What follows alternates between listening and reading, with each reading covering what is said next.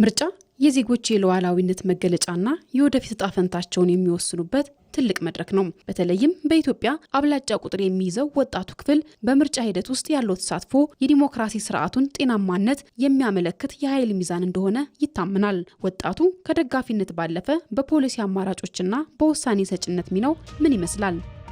በማንኛውም ሀገር የፖለቲካ ሂደት ውስጥ ወጣቱ የለውጥ ሞተር ነው። በኢትዮጵያም የምርጫ ካርድ በወጣቶች እጅ ላይ እንዳለ ትልቅ የፖለቲካ አቅም ይቆጠራል። ወጣቱ በምርጫ ሂደት ውስጥ ያለው ሚና ሰላምን ከመጠበቅ ባለፈ በፖለቲካ ምህዳር ውስጥ በንቃት የመሳተፍና የፖሊሲ አማራጮችን የመቅረጽ አቅምንም ያካትታል። ሆኖም የዲሞክራሲ ስርዓት ግንባታ ትርጉም የሚኖረው ወጣቱ ከድምጽ ሰጭነት ወደ ሀሳብ አመንጭነት ማሸጋገር ሲቻል ብቻ እንደሆነ ይነገራል። በቅድመ ምርጫ፣ በምርጫ ዕለትና በድህረ ምርጫ ወጣቶች በርካታ ስራ የመስራት ኃላፊነት ይኖርባቸዋል። ሰላምን ከማስጠበቅ አንጻር አካባቢው ላይ ምንም ነገር ሳይፈጠር ምርጫው በታሰበለት ልክ ወይንም በታሰበው ዓላማ ልክ እንዲሳካ የበኩሉን አስተዋጽኦ ማበርከት አለበት። ይህንን ማድረግ የሚጠበቅበት ምክንያት ወጣት የነገ ሀገር ተረካቢ ነው። የአሁኑ ወጣት ነው ያንን የሚተካው።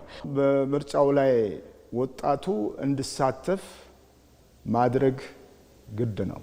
የነገን ዲሞክራሲን ለመገንባት የነገውን ትውልድ ዛሬው ላይ ካልሰራን በእርግጥም እቺ ሀገር ወደ ምንፈልጋት ስልጣኔና እድገት ሊደርስ አትችልም።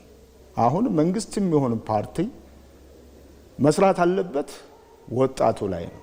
የፖለቲካ ምህዳሩን ሰፊና አካታች ለማድረግ ወጣቶች በፓርቲዎቻቸው ውስጥ ቁልፍ የውሳኔ ሰጭነት ቦታዎችን እንዲይዙ እየተደረገ መሆኑን ፓርቲዎች ይገልጻሉ። የሀሳብ ልዩነት የዲሞክራሲ ውበት መሆኑን የሚያነሱት ፓርቲዎቹ ይህ ልዩነትን ወደ ውይይት ጠረጴዛ ማምጣት የወጣቱ ቀዳሚ ሚና እንደሆነም ይናገራሉ። የኛ ወጣት ስልጡን ነው።